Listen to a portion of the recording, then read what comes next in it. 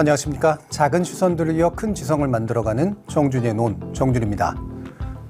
어제 발표된 정부의 소위 검찰개혁안이라는 걸 보면서 많은 분들이 느끼셨을 감정은 당혹감, 배신감, 허탈감이었을 겁니다.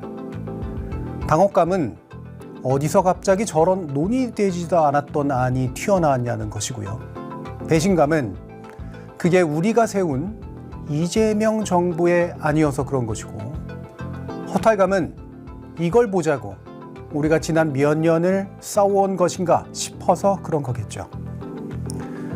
이런 감정에 대해 어떤 이들은 냉정하게 현실을 보고 이성적으로 생각하라고 타이릅니다. 서로 실망할 만한 부분이 좀 있어도 다 생각이 있어서 그런 것 아니겠냐고 제지하기도 합니다. 그러나 감정은 무조건 이성이 결여된 비합리적 반응인 것은 아닙니다. 우리가 중요하게 생각하는 가치가 훼손당했다는 판단이고, 그로부터 자연스럽게 밀려 올라오는 정당한 반응이기도 합니다. 그리고 그런 감정은 어떤 태도와 행동을 유발하게 되는 토대로 작용합니다. 오늘 정준희의 논은 그런 감정의 합리성에 관한 겁니다. 정준희의 논 93번째 이야기 지금 시작합니다.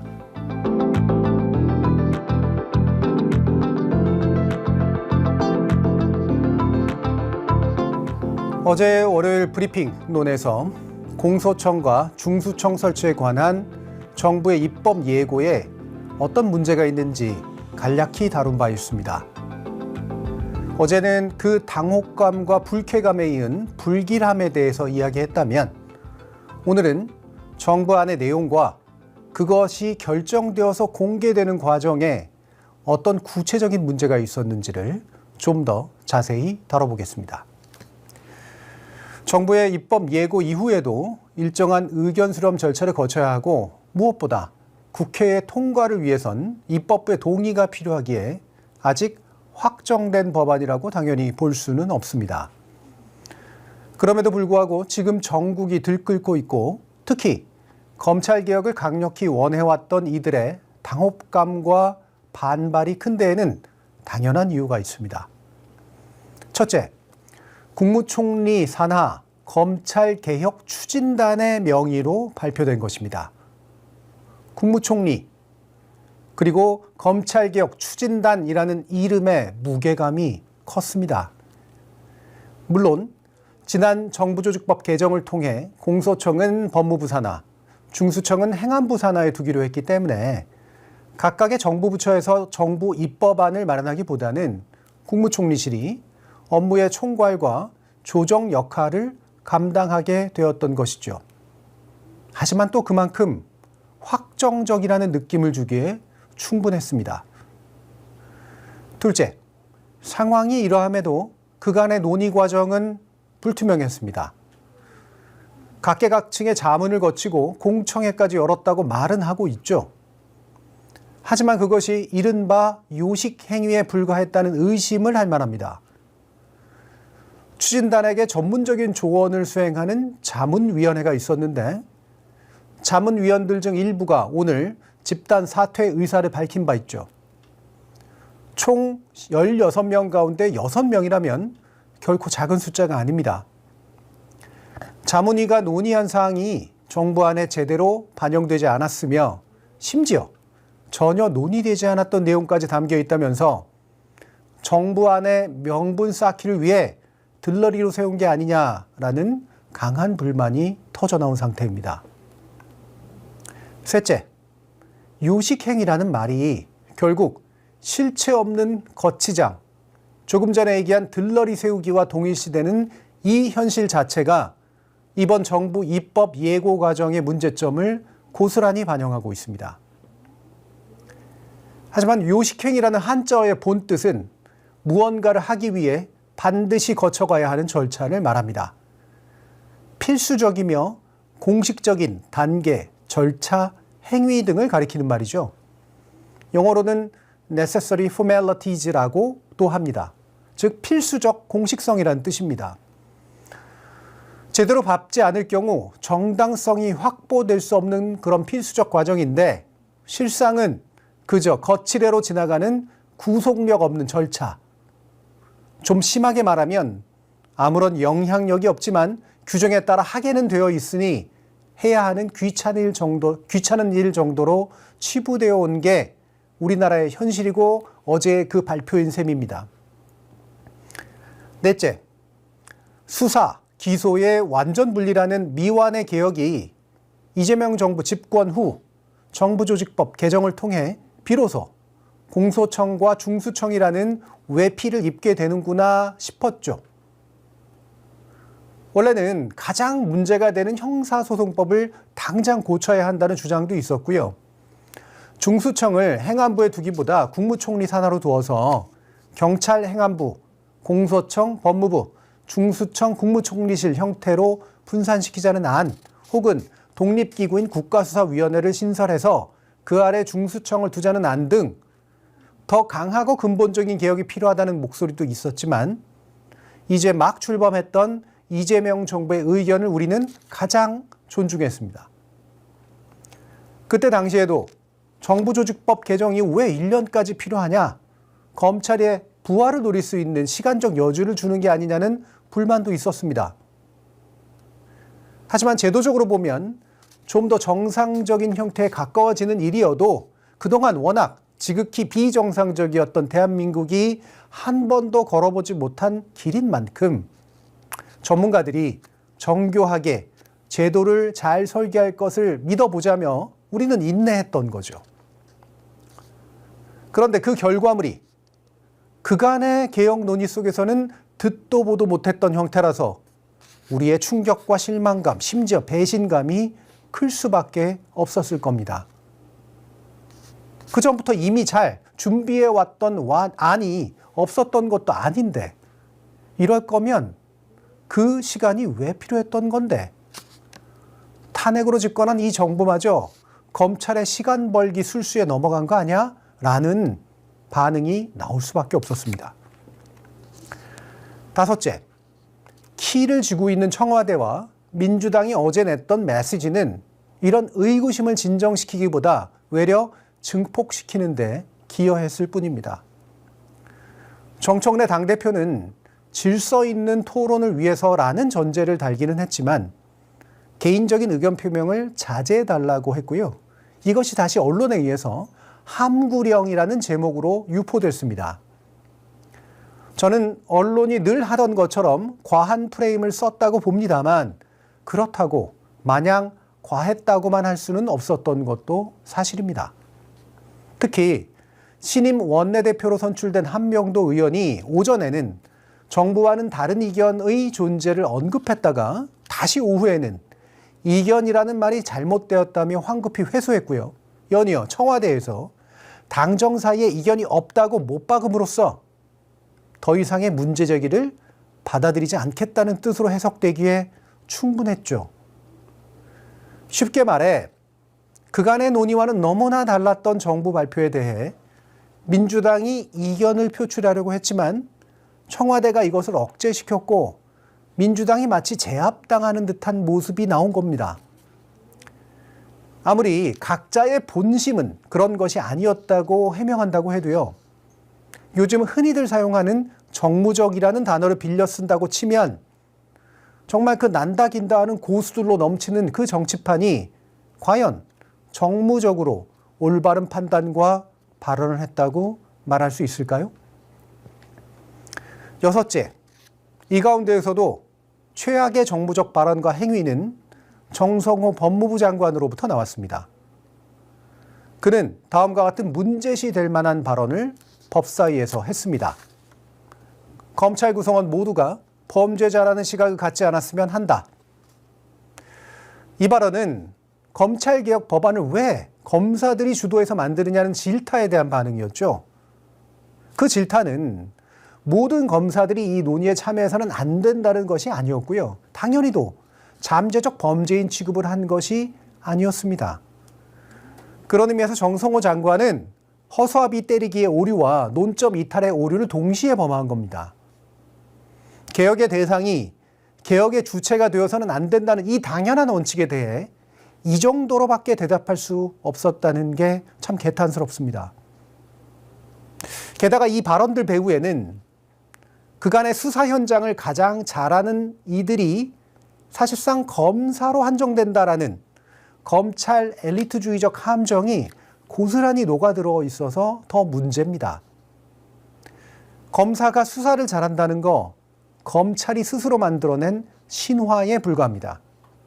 검사는 수사를 잘하는 게 아니라 자신들이 원하는 범죄자를 만들기 위해 수사라는 도구를 악용하길 잘하는 것에 불과했다는 거 우리가 알고 있기에 수사, 기소 완전 분리라는 개혁의 대원칙을 세워두었던 것 아니겠습니까? 어제 정성호 장관이 했던 그런 발언도 문제지만 가장 경악할 만한 발언은 다음과 같았습니다. 아니, 정권이 바뀌어갖고서 이재명 정부의 검찰은 그렇지 않습니다. 그렇게 운영되지는 않습니다. 검찰제도 자체가 다 나쁘거나 문제가 있는 건 아니라고 생각합니다.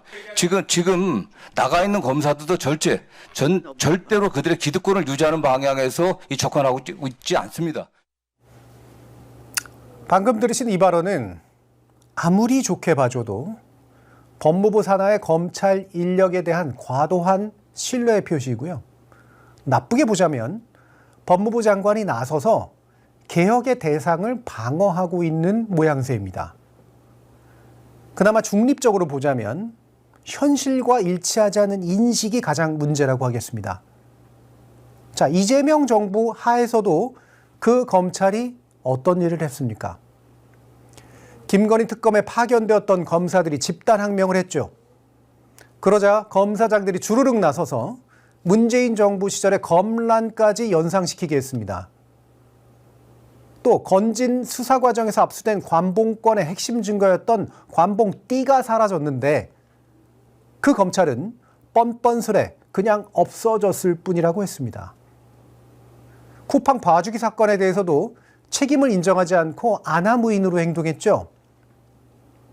이화영 부지사 사건 수사 당시 술 접대를 통한 회유 의혹에 여러 증거들이 나왔는데도 부인으로 일관했습니다. 무려 법무부 장관 자신이 지시한 감찰에도 불구하고 그랬죠. 자, 다시 묻죠. 이재명 정부의 검찰은 정말 달랐습니까? 백보 양보해 준다고 해도 검찰 개혁 이후의 검찰이 다르게 운영되길 기대할 수 있을 뿐이겠죠. 또 달리 운영되도록 하기 위해 우리가 검찰 개혁의 완수를 그렇게나 원한 거였죠. 심지어는 이재명 정부 이후로도 절대 검찰이 과거의 못된 짓을 반복할 수 없게 하려고 수사권의 완전 폐지라는 강수를 둘 수밖에 없었던 것이죠.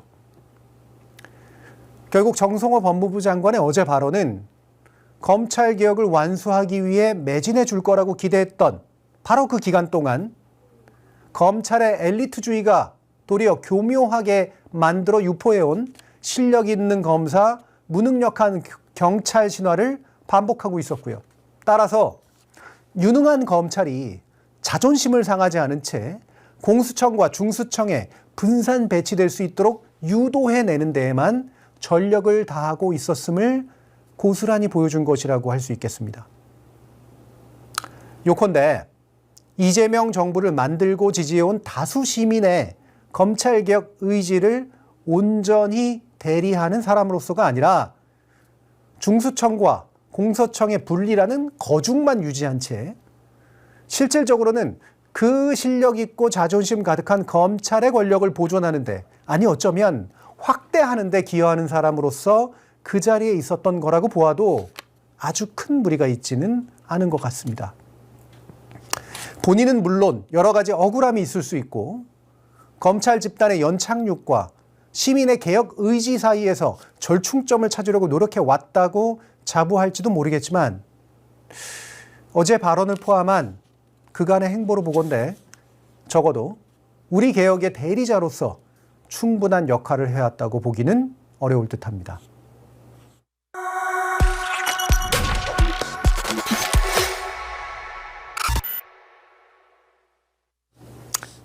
어제 있었던 정부의 입법 예고까지가 나쁜 의미의 요식행위였다면 이제부터의 과정은 진정한 의미에서의 요식행위가 되어야 할 겁니다.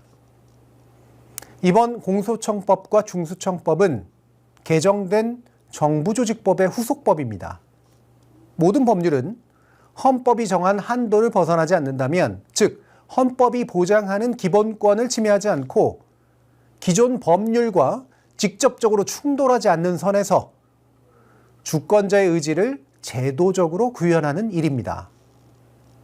정부 조직과 그 안의 구성원이 자기 이익을 조율해내는 과정도 아니고요. 법률 전문가만이 할 수 있는 고도의 전문 지식이 절대적으로 필요한 것도 아닙니다. 그것은 모두 주권자의 의지 아래에 있는 부수적인 것들에 불과합니다. 자, 그런 의미에서 오늘 두 가지 의미 있는 발언이 나왔습니다. 그 한 가지는 일본 방문길에 오른 이재명 대통령의 발언입니다.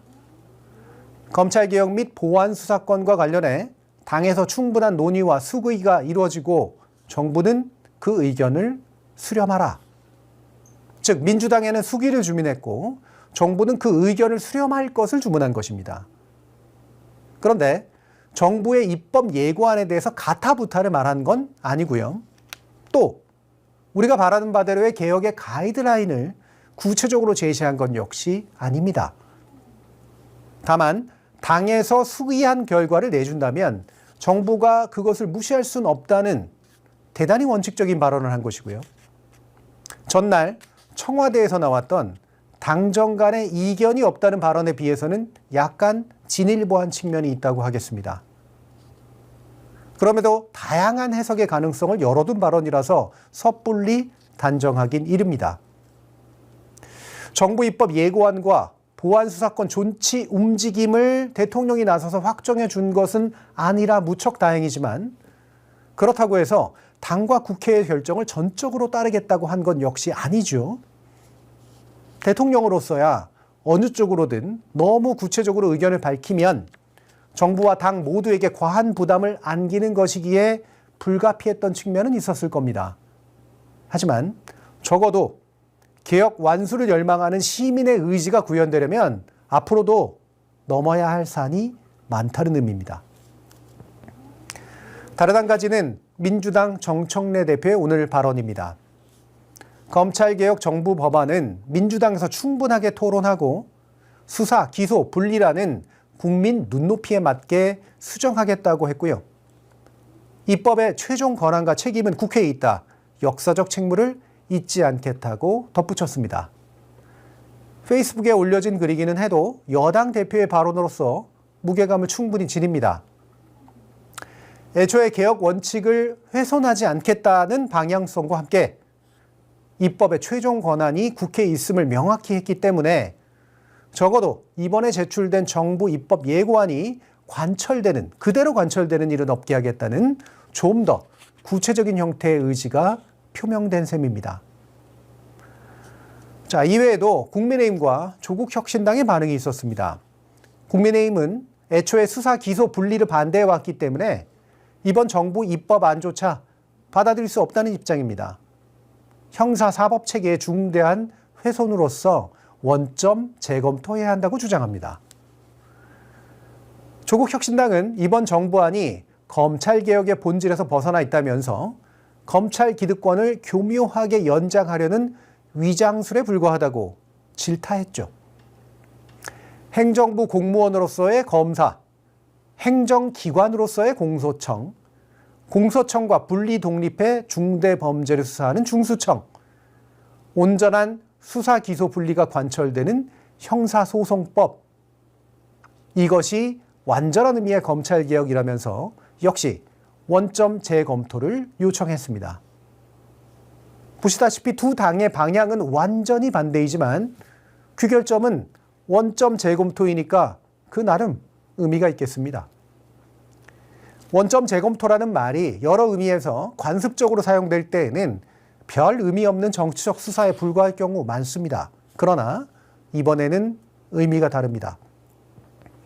제 아무리 정부 입법안이 무게가 있다고 해도 원점으로 돌아가 재검토해야 할 이유가 충분합니다. 먼저 이번에 추진단이 제출한 정부 입법안은 고작해야 3개월간 논의된 다소 엉뚱한 결과물에 가깝습니다. 그동안 민주당이 냈던 입법안, 조국혁신당이 냈던 입법안은 검찰개혁 논의가 불붙은 뒤로 최소한 5년, 길게는 20년 이상의 검토 성과가 담겨 있었습니다. 정부 입법안이 마치 전문가들이 모여서 오랜 기간 꼼꼼히 검토한 끝에 세운 정교한 계획인 것처럼 포장했지만 사실은 그간의 학계, 시민사회, 정당 등이 치열하게 싸우고 논의하면서 합의해온 내용들이 오히려 더 탄탄한 수기의 결과물이죠. 게다가 그간의 개혁안은 형사소송법의 개정을 대전제로 합니다. 이건 미루고 자시고 할 문제가 아닌 겁니다. 오히려 지금 이 시점에서 다시 그 원점으로 돌아가 애초에 세워두었던 안들을 모두 묶어 신속히 입법화해야 이후에 실무가 제대로 뒤따를 수 있는 겁니다. 둘째, 그런 의미에서 이번에 문제가 된 검찰개혁 추진단은 이름만 거창하게 내걸었을 뿐 지금 시점에 나왔어야 할 조직이 아닌 겁니다. 내용으로 보나 형식으로 보나 과한 권한이 부여되었던 셈이죠. 애초에 이들은 범정부 실무단 정도의 역할이었어야 합니다. 이미 우리 사회가 다듬어 놓은 입법안을 당정청이 확정해서 국회가 통과시킨 후 그것에 따라 각 조직의 규모, 인력 배치, 예산, 시설 등의 방대한 후속 실무를 담당할 필요가 그들에게 있었을 뿐이라는 겁니다. 그러니 이제라도 실무단은 그 역할에 걸맞지 않게 여러 사회적 합의를 위한 기구들 들러리 세우지 말고 입법은 국회와 청와대 사이의 협력에 맡긴 채 이후에 필요한 실무를 무리 없이 완수하는 일에만 매진하기 바랍니다. 셋째, 따라서 이 원점은 검찰개혁이라는 시민적 열망의 원점이어야 합니다. 본디 제도에 정답이란 건 없습니다. 당연히 법률은 정답을 찾는 산술의 결과물이 아닙니다. 제도는 과거에 드러났던 문제를 교정하는 과정 속에 위치하고 있는 겁니다. 검찰의 수사권을 완전히 없애는 것만이 정답이라서 그렇게 개혁하자고 하는 걸까요? 반대로 검찰에게 수사권을 남겨주는 게 정답이어야만 하기에 개혁 열망에도 불구하고 반영하면 안 되는 것일까요? 또 중수청의 수사관 가운데 법률가를 두면 안 되는 것일까요? 반대로 법률가 수사관과 전문 수사관이라는 이원 구조만이 말맞다나 수사의 전문성과 인권 보호의 책무를 감당할 수 있는 걸까요? 모두 아닙니다. 명백히 위헌적이거나 도저히 작동하지 않을 것이 뻔한 경우만 빼고 이들 모두는 주장에 불과하며 해보지 않고서는 알 수 없습니다. 그렇다면 중요한 건 이들 주장 가운데 어느 것이 그간 우리가 고민하고 검토해온 가치를 반영하는가에 대한 판단인 겁니다. 이번 개혁에서 우리가 가장 높은 우선순위에 두어야 할 것은 뿌리 깊은 검찰 권력에 대한 분산과 민주적 통제를 하는 일입니다. 그 가치를 온전히 반영한 방안이 혹시라도 인권을 침해하거나 오작동할 가능성을 최대한 차단해 주는 게 그 다음에 따라붙을 일인 거죠. 수사의 전문성이니 법률가의 전문성이니 하는 말들은 이런 최우선 순위의 가치를 흐리기 위한 수단에 불과합니다.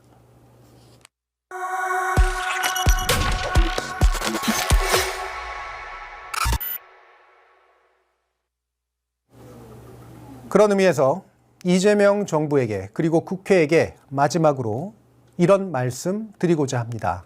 첫째, 현실적으로 검찰 조직을 완전히 없앨 수는 없는 한 보통의 시민들이 알기 어려운 구체적인 난점들이 있을 겁니다. 일단 수사 권한을 온전히 경찰이나 경찰 유례 조직에게 맡기는 게 도무지 안심이 안 되는 면도 있을 겁니다. 서로 그렇다고 해서 검찰은 믿을 수 있나요? 이재명 정부가 통치하는 한 검찰을 순치시킬 수 있다고 자신하시나요? 경찰이건 검찰이건 그들의 선의를 믿을 수 없습니다. 그렇기에 나누고 쪼개고 분산시키고 외부적 통제를 도입하자는 것 아니겠습니까? 결국 믿을 것은 시민밖에 없다고, 주권자의 의지만이 정부와 국회를 움직이는 거라고 대통령 스스로도 여러 번 강조했고, 내란 극복 과정에서 우리 정치가 토대를 둔 유일한 기초였습니다. 둘째, 지금까지의 과정은 아무리 이해해보려 노력해봐도 도무지 이재명 정부답지 않고 도무지 민주당답지 않습니다. 논의 과정을 투명히 공개하고 시민에게 의견을 묻는 게 이 정부, 그 당이 해온 일이었고 걷고자 하는 방향이었다고 저는 생각합니다. 그런데 왜 이 일에서만큼은 오로지 정부만이 알 수 있고 오로지 고위 정치인들만이 알 수 있는, 그리고 오로지 전문가들만이 구체적으로 판단할 수 있는 어떤 대단히 심오한 원리와 차마 공개할 수 없는 정보가 있다고 생각하십니까? 결국은 국민이 한다면 국민이 할 수 있도록 해주시기 바랍니다. 셋째, 제 아무리 열성적인 지지층이라고 하더라도 중요한 부분에서 깊은 상처를 남기는 건 쉽게 회복되지 않습니다. 당장은 실망할 수 있지만 길게 보면 이해해 줄 거라고 자신하지 마십시오. 혹여 아주 가끔은 그렇게 해야만 할 어떤 대의가 있다고 한들 지금 이 시대의 대의란 그런 성격을 갖기가 매우 어렵습니다. 그리고 대의라고 믿었던 것들이 오히려 오만함의 표시라는 게 입증되곤 합니다. 물론 민주주의를 지키기 위해 싸워온 우리 시민들에겐 독특한 인내가 있고 상당한 유연성과 회복 탄력성이 있는 건 사실입니다. 그래서 한두 번의 작은 실망은 금세 회복되기도 하고 더 강한 신뢰로 이어지곤 하죠. 그러나 중요한 가치를 건드리는 실망은 상처가 됩니다. 그리고 그 상처가 여러 번 쌓이면 이제 신뢰는 회복되지 않습니다. 신뢰의 크기와 범위를 키워야만 내란의 완전한 극복이 가능하다는 건 이 민주공화정을 사랑하는 이라면 누구나 알고 있죠. 적어도 시민들은 알고 있는 것 같습니다. 그렇다면 남은 건 누구의 몫일까요?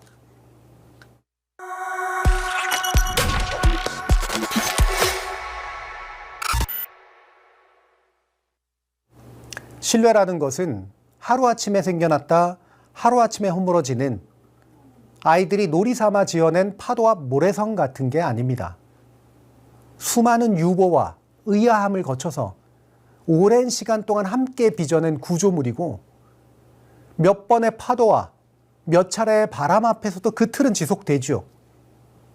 그건 우리 스스로가 투여한 노력의 산물이기 때문이고요. 일종의 관계로서 형성된 것이라고 하겠습니다. 그래서 때로는 신뢰가 흔들리는 경험을 해도 그걸 유지하려고 하고 그 유지 덕분에 다시 더 단단한 신뢰로 돌아갈 수 있는 가능성이 생겨나는 겁니다. 민주정치는 그런 신뢰를 통해 자라나고 그런 신뢰를 더해가며 더 튼튼히 구축되죠. 우리가 지난 1년의 어려움을 버텨낸 것도 그런 신뢰의 힘이었습니다. 우리가 지금 불안함을 느끼는 건 우리의 마음이 조변 섞게 하는 가벼운 것이 아니라 오히려 무척 무겁고 튼튼했던 것이었기 때문입니다. 그것이 무너지면 새로운 신뢰를 쌓는 게 참 어렵다는 거 알고 있고 그런 조건이 오면 무언가를 고치고 건설해가는 게 훨씬 더 어려워진다는 걸 알고 있으니까요. 부디 이 불안이 서로의 신뢰를 확인하기 위한 잠시간의 흔들림이었기만을 바랍니다. 정주대의 논 93번째 이야기는 여기까지입니다. 오늘 꾸실 꿈이 위로가 되고 내일 맞을 아침이 용기를 주길 바랍니다.